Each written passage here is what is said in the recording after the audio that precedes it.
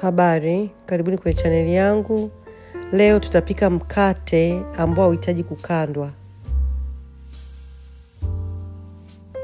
Kwenye bakuli langu nitaweka maji, nitaweka sukari, mafuta, hamira, kisha nitakoroga. Hakikisha unachanganya vizuri, kisha weka unga, chumvi, kisha koroga. Hapa unaweza ukatumia mwiko au spatula kama hiyo. Koroga mpaka unga mweupe upotee. Hakikisha unakwangua vizuri, unaendelea kukoroga. Ukiangalia hapo unga mweupe umeisha. Nitafunika. Nitaacha kwa muda dakika 30. Dakika 30 zikipita nitafunua na uangalia umeumuka. Nitafunika tena. Nitauweka kwenye friji usiku mzima.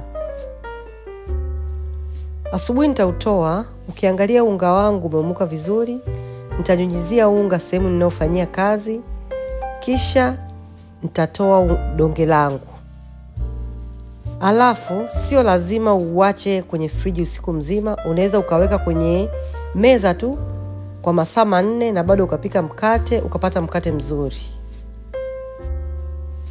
Naendelea kukanda unga wangu nikitengeneza duara. Kama hapo unaona nafunga, nanyunyizia unga kwa sababu unanata, nazungusha.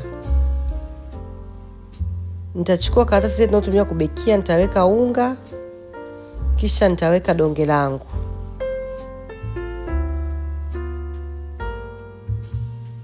Nitafunika, nitaacha kwa muda wa nusu saa. Sufuria yangu ninayotumia kuokea nitaiweka kwenye oven.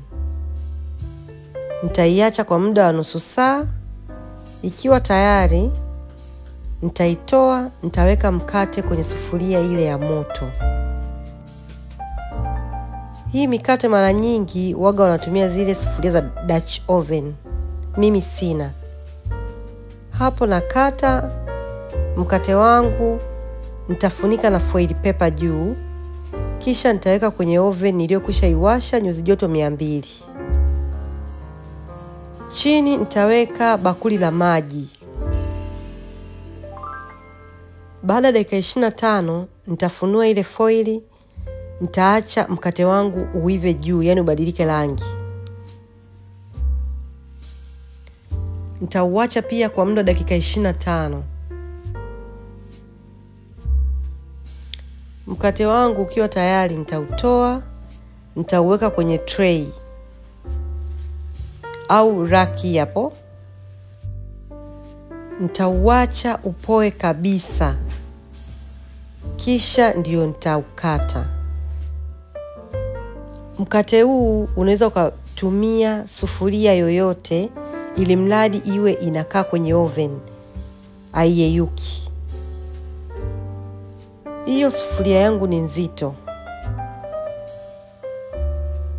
Hapa ninakata mkate. Mkate wetu upo tayari kuliwa. Mkate ni mrahisi na ni mtamu sana. Asante kwa kuangalia video yangu. Naomba ulike, naomba usubscribe, naomba ushare. Mkate wetu ndio hapo tayari kwenda mezani. Karibuni.